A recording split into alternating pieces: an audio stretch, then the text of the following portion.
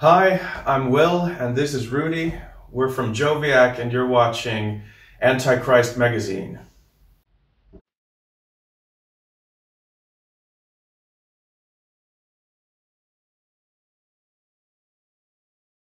So, Joviac is a band that I formed around 3 or 4 years ago, late 2016, early 2017. And we've been together now as a performing band for almost 3 years, I think. And this band came about by my need to express myself through the medium of music, and the name Joviac represents that desire. It comes from the word Jove, Jove, which is I think like Old English or whatnot. That comes from the word Jupiter, which is my second name, has been since birth, and it's not a pretentious artist name now that I use at all. and and I just wanted the name to be simple and to reflect that it's musically something that I can sincerely and honestly stand behind, and that's just what it means for me. And Rudy plays drums. I sing and play guitar, and Antti Marianne, who is our bass player, he's not with us today, but he's with us very much in spirit. In our hearts. In our hearts. Very much.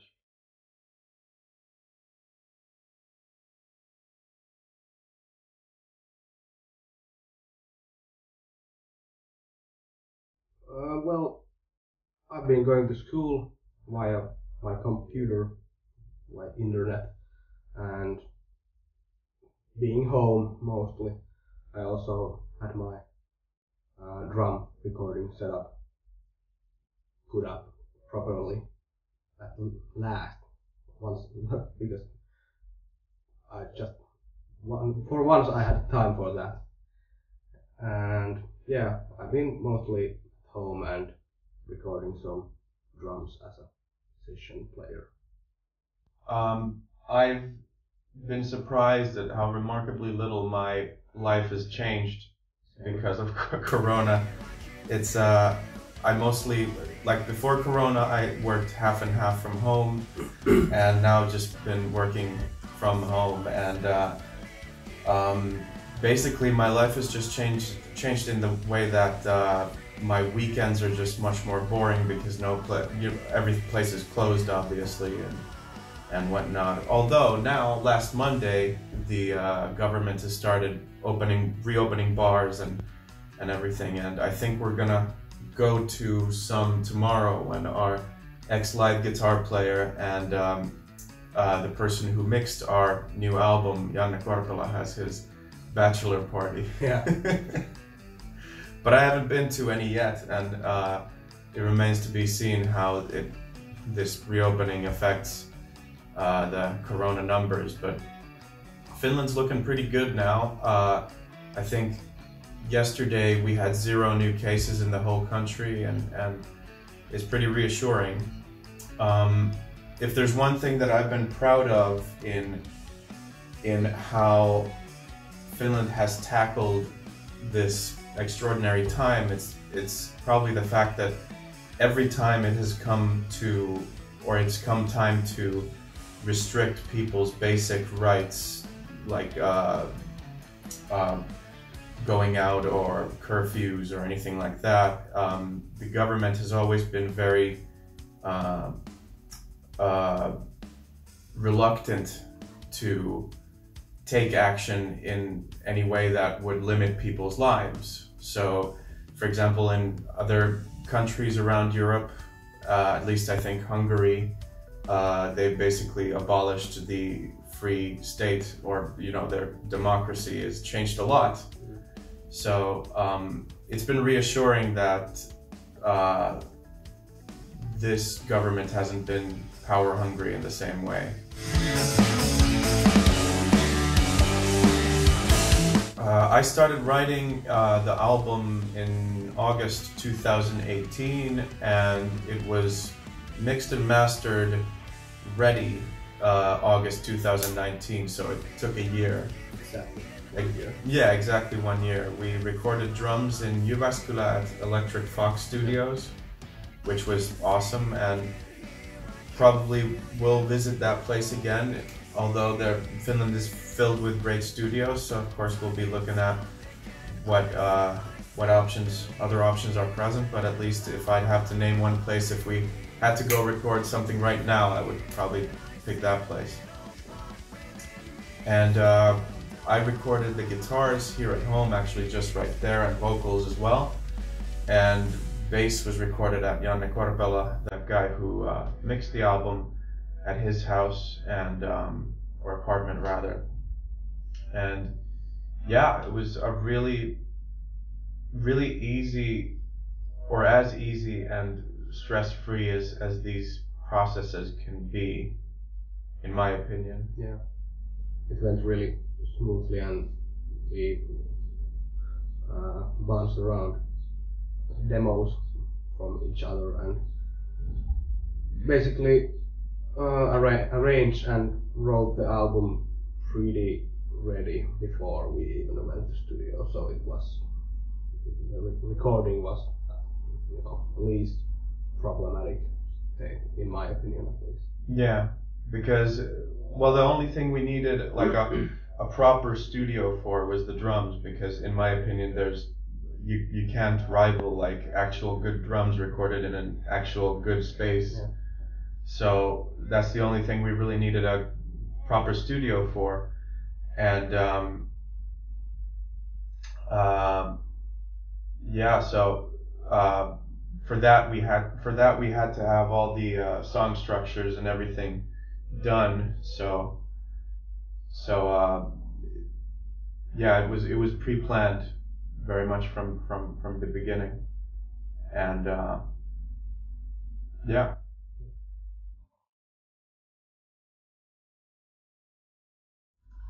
Well, the lyrics, there are two main lyrical directions or topics on the album.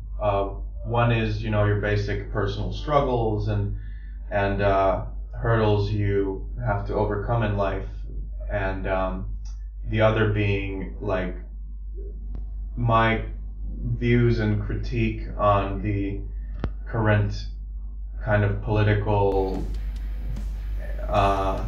atmosphere, and the kind of atmosphere in general that of the times that we're living in.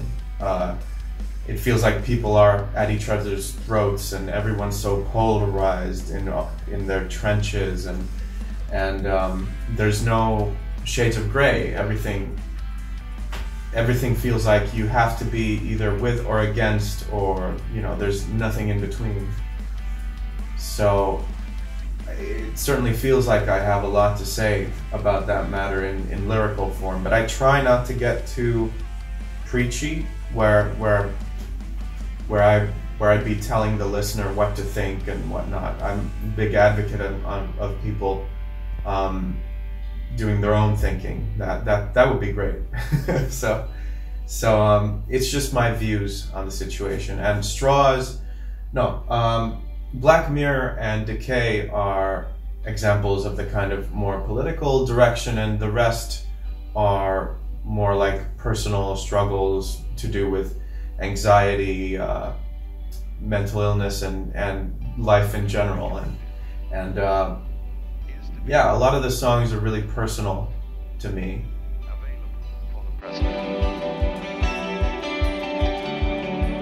My good friend Dylan Jones has done all of the visual art for us thus far. Everything we've done, just basically because he has the patience to deal with me, and we have a good working relationship in the sense that I am visually very non-talented. I do music, but when it comes to visual art, I don't really have much to go on. So what we do with Dylan is I send like a long list of adjectives, descriptory words for him to kind of get what emotion or what kind of feelings I have about the the music, and then I send him the lyrics, and unless I have like reference material to show him, he usually just goes and does his own thing. As I think was the case with the Here and Now album cover. I don't think, if I remember correctly, I don't think I gave him any reference material for that. He just came up with that, and I was like, all right, that's cool. Because that's the kind of discord, or that's the kind of stuff that he has to deal with. I just go like, dude, that's cool, that sucks, that's cool, that's rad, that's gnarly, that sucks. So that's what he has to deal with, and so far, that's why it's been a pleasure working with him. You should check him out, or his work on Instagram. I will put the link somewhere, maybe here. Let's see if I can do that, but I'll put it somewhere else in the edit if not. Go check him out. He's great. Well, first of all, I've been very happy with Joni, our guy at Inverse Records. They've been very transparent and done their work really well. I've been very happy because, I mean, first of all, the singles alone that we released for this album, before the album, Straws and Here and Now, they alone did more for us in terms of coverage and exposure than everything we had released before that put together. So that was like a no-brainer that, all right, this is a good thing. This is definitely worth it. And then, you know, the album came out and we got more positive feedback, and it's just been very easy to work with those guys. You know, that being said, Inverse Records is not a traditional record label, whereas a traditional record label, at least in the days of way past, they would sign you and they would give you an advance on, you know, they would give you money to do an album or whatnot, and then they would recuperate that money through record sales and probably maybe merch and whatnot. Just the fact that there are no record sales to speak of anymore in 2020, it means that there are labels and people out there like this where you pay them like we paid Inverse Records, and then they work as if any record label from there on. It's just that you give them money and they work for you, and it's great. So it's great, but Inverse Records is in many ways, I think, kind of like a bouncing board, a step towards a bigger, more traditionally functioning label. At least that's been my goal for us, to eventually be on a bigger platform. But again, nothing. I've had nothing but good vibes with Inverse Records, and they've been totally transparent since day one, and it's been a joy working with them.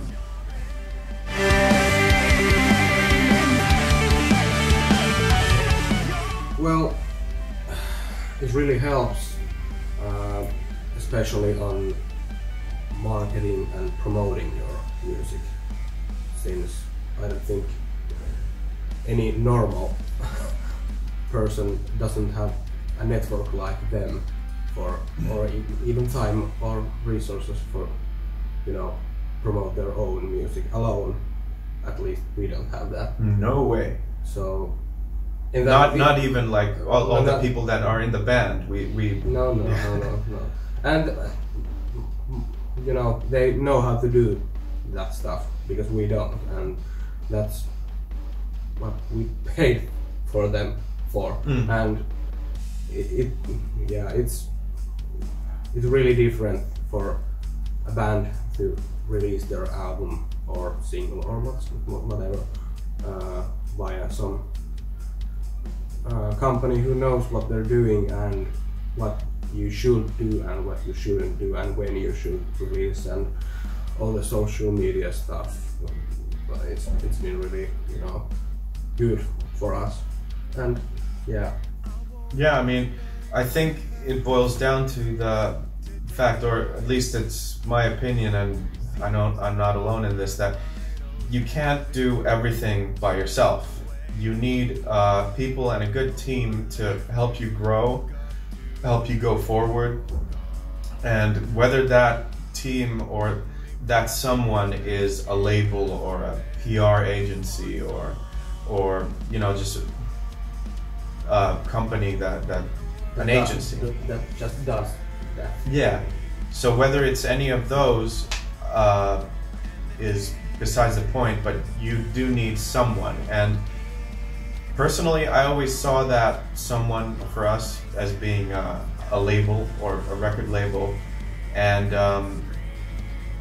I've been aware of Inverse Records for many years because we were already in talks with them with a previous band that I started, but didn't materialize. And a friend of mine works there, so it kind of felt right out of the options that we had at the time of the release of Here and Now to go with them. Yeah. And but yeah, I don't think you necessarily need a record label, because I know a lot of bands that are, or artists that have been able to do it all on, for example, Bandcamp, and they make a living actually through those platforms. So if you can do that, awesome. But I think even those people at some point, they've had to hire someone to help them manage everything, because there are so many things. You need someone to take care of PR, even though you also need to be your own PR guy. You know, there's just a million things to do, and you need someone good to do that, obviously. And it really takes away, you know, pressure from us. Yeah. So we don't have to think about, you know, I don't have to say to him that we should send 5,000 emails by tomorrow. Oh yeah, I mean, if I had my way, I would do nothing but just the musical side. Yeah. If I could choose, but it's 2020, so you have to do a lot. But yeah. But not all. Yeah, not all. That's the point. Yeah. If you have someone else to do it. Yeah, definitely.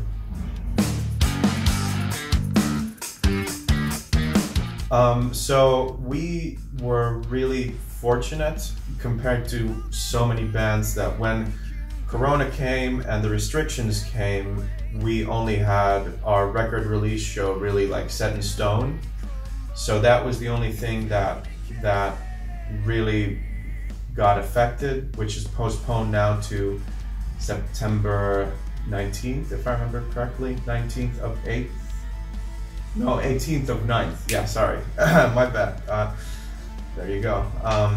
18th of the 9th. So we're really hoping that by then Finland's corona situation hasn't, like the second wave, which we all fear, rightfully so, that it wouldn't have ramped up by then, and things will, that we hope that things are in place so that we can play that gig and whatnot. But of course, when it comes to other gigs and tours, then you just have to kind of wait and see. It's a difficult situation because gigs and tours are something that you have to book and take care of way in advance. But with the situation being like it is, you really can't think in advance as much. You didn't know. Yeah, nobody knows. I mean, when it comes to Corona, nobody in the world knows what the best way to do things is. I mean, well, in a couple of years, the specialists say that in a couple of years, we'll know who or what country took the best path and whatnot. But right now, it's just a big question mark. So, yeah, we hope we can play that release show. And in terms of the whole band, what we are working towards in general is that we can get to the point where we can go on tour and play abroad in other countries and whatnot. But it's so far that is still a question mark, but definitely one day.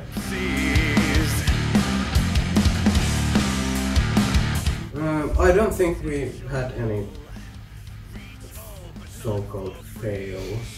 Yeah. You know, a couple of little things like backing track got out of sync and has to be stopped on our first gig. Oh yeah, true. But And like that was the only time actually. equipment malfunctions and stuff like that, but nothing big.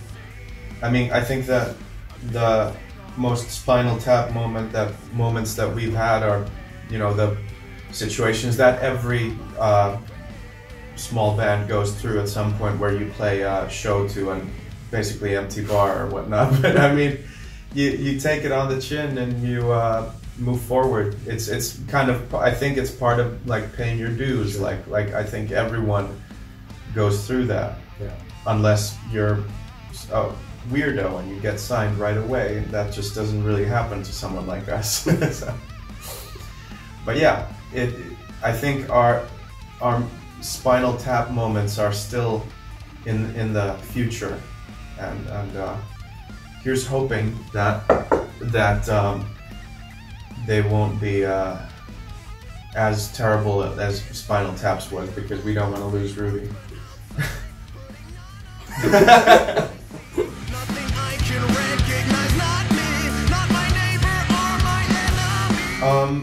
Well, my roots are in a lot of heavy music. For example, Strapping Young Lad is one of my favorite bands of all time. Of course, Devin Townsend's massive catalog in general, but Strapping has a definite special place in my heart. And I started playing guitar as a teenager because I was obsessed with Children of Bodom's Hatebreeder album. But that being said, I haven't really listened to like really heavy metal stuff in a while. It's not out of like a conscious choice. It's just I feel like the older that I've been getting, the more I've migrated to, well, most recently like to 80s pop and synthwave. So that's that's not really metal, but yeah. Well, I don't have any so recent albums. I listen a lot of, you know, older classics, or for me, hipster. Yeah, like Led Zeppelin and stuff that I grew up with. But if I have to say some recent albums I've been digging, well, there's a new Black Rose album last year, I think. Yeah, I'd still say it's new. Yeah, on the Pitfalls. Oh yeah, it's amazing. And what else? Veleta. Oh yeah, true. That I did really dig. What's that last year? I think. Yeah, winter, but I don't remember which side. But yeah, dude, Veleta it could be is this awesome. year. Yeah, but I think those are in terms of metal or heavy music. Their show is probably the show that was supposed to be here in Tampere is probably the show that I was most disappointed to see not happen because of the whole Corona situation. I guess they're not. I don't know if they're. I mean, they're definitely metal, but I think they're. Could be more like rock. Yeah. I think their roots are more in rock and like hardcore and stuff like punk. I don't know. But yeah, I guess that's maybe the more heavier stuff that I've recently. Yeah. But yeah, Leprous was awesome too. Love their stuff. Yeah.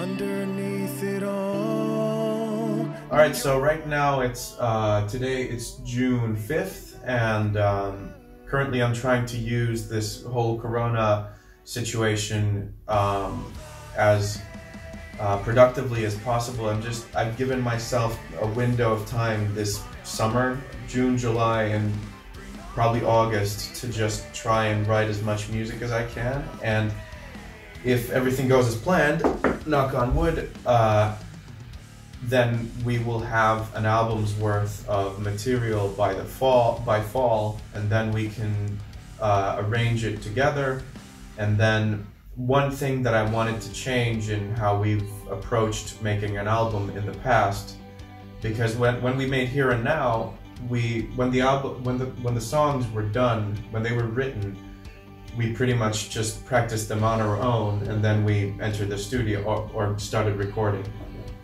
And that's how I kind of that's something I want to change this time around. I want to rehearse them together as a band in the rehearsal space before we start recording. Just because, for example, me, I'm playing and singing at the same time, so it's very much a question of, you know, doing this. So in the past, I've had to work out, after the song has been recorded, I've had to think like, all right, so let's see, how do I play and sing this shit, you know, at the same time. What have I done? Yeah, exactly, like pulling my hair out of my head, because, yeah. But this time, we are going to be a little smarter about that. And also, I'm hoping and expecting that approaching it a little differently will affect the songs more in a positive way, because then you can, for example, take the vocals more into consideration when, you know, drum parts and arrangements than usual. Yeah. Because I think when we have played these new songs recently, there's been a lot of times I've been playing them differently just because I've been so used to it by now. Yeah. So that would be nice to, you know, record it to an album. Yeah. Also. And then hopefully by winter we'll be ready to enter the studio again. Again, if everything goes as planned, then we'll start recording very late 2020 or very early 2021, and from there on, who knows, we'll see what kind of entity we put the album out through and when, but that's a question for a different time. But thank you for your time, Antichrist magazine, and thank you for listening to our stuff. Yeah.